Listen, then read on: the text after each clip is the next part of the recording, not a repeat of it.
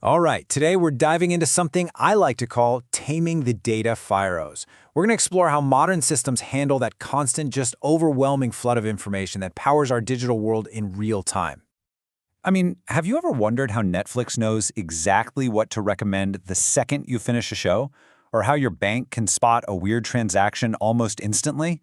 The magic behind all of that is a technology called stream processing, and we're about to break down exactly how it works. So here's the plan. First, we'll get a handle on what stream processing even is. Then, we'll look at two of the heavyweights in this space, Spark Streaming and Apache Flink. And finally, we'll zoom out and see how these tools actually fit into the bigger picture of real-world data systems. Okay, so let's just start at the very beginning. What in the world are we even talking about when we say stream processing? The best way to think about it is to picture a river that just never ever stops flowing. At its heart, it's all about handling data that's being created constantly, without a break. And the real key concept here is this idea of unbounded data. See, a file on your computer, that's bounded. It has a clear start and a clear end. But an unbounded stream? Think about sensor data or user clicks on a website. It just keeps coming and coming and coming. There's no end file to process. And this image here, it illustrates that difference perfectly. Up top, you've got a bounded stream. That's like a log file from yesterday. You can grab the whole thing and process it because it's finite, it's done. But down below, that's our unbounded stream. That's the endless river. It has a past, it has a present, but the future just keeps on arriving.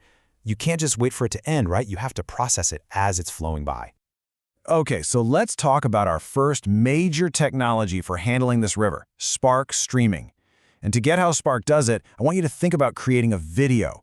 But instead of using a video camera, you're just taking thousands and thousands of photos really fast. You see, Spark was originally a beast at batch processing, analyzing these huge static piles of data. Spark Streaming was this brilliant extension they built on top of that core engine, which let it start handling live data streams. So how does it pull this off? Well, as you can see right here, Spark doesn't actually process the stream one tiny event at a time. Nope. Instead, as the data river flows in, Spark Streaming just chops it up into these little, tiny, discrete chunks. We call these microbatches. And each one of those fast photos, or microbatches, is then treated like a small, self-contained dataset by the super powerful Spark engine. And this whole sequence of little datasets is what they call a Dstream, which stands for Discretized Stream. So here's the key takeaway. Spark creates the illusion of a continuous video by processing this series of snapshots really quickly. And honestly, this approach is incredibly powerful. I mean, it's used by huge companies. We're talking Netflix for those near real-time recommendations you get. Pinterest uses it to analyze how people are interacting with content right now. And it's fast enough for super critical stuff like flagging credit card fraud or analyzing social media sentiment as it's unfolding. But what if you don't want to take a bunch of fast photos? What if you want to use an actual video camera from the very beginning? Well, that brings us to our next major player in this space, Apache Flink. This slide right here, it gets right to the heart of the difference between them. While Spark is chopping up the stream into those microbatches, Flink is just fundamentally different. It processes every single event, every little piece of data, individually, the moment it shows up. It is a true, native, event-at-a-time streaming engine. And that's not some kind of happy accident. This quote says it all, really. Spark had to adapt its batch processing DNA to handle streaming. Flink was born for this. Its entire architecture was designed from day one with that endless river of data in mind.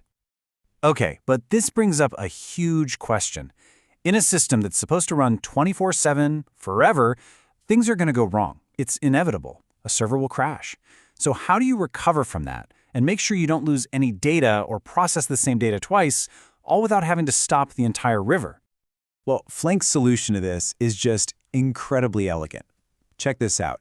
It periodically injects these special little markers, they call them checkpoint barriers, right into the data stream itself. These barriers just flow along with the data, and when they pass through a processing step, that step saves its current state.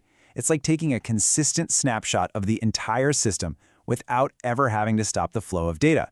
So if something fails, the system can just roll back to the last complete checkpoint and pick up right where it left off. It guarantees every single event is processed exactly once. Pretty clever, right? So we've got these two amazing, powerful tools. But how do they actually fit into a company's big overall data strategy? Let's zoom out for a second and look at the big picture. A really common and powerful design pattern you'll see out there is called the Lambda architecture, and its whole goal is to give you the best of both worlds. You get the complete, rock-solid accuracy of batch processing, and you also get the super low-latency, immediate results of stream processing. The core idea here is this dual-path approach. When new data comes in, it gets sent down two paths at the same time. One path goes to the batch layer, which stores the complete, perfect master data set. That's for accuracy. The other path goes to the speed layer, which processes that same data immediately for real-time results. And this is exactly where our stream processors live. The speed layer, powered by tools like Flink or Spark Streaming, is what gives you those real-time views and instant insights. It handles the what's happening right now, while that batch layer is chugging along in the background, building the comprehensive historical truth. Then, when you ask a question, you can combine results from both layers to get a complete up-to-the-second picture. Okay, so let's just boil this all down to the key takeaways. Remember, Spark Streaming uses that clever microbatch approach, our fast photos. Flink, on the other hand, uses a true event-at-a-time architecture, our real video. Now, because it was built for this from the ground up, Flink can generally offer lower latency and higher throughput. But honestly, both are incredibly powerful tools that just happen to solve the problem in slightly different but very effective ways. And that kind of leaves us with a final thought to chew on. We've seen the difference between near real-time and true real-time. And look, for a lot of things we do today, near is perfectly fine. But as our world just keeps accelerating, as the demand for instant analytics, autonomous systems, and immediate feedback just keeps growing, you have to wonder, how long will good enough really stay good enough?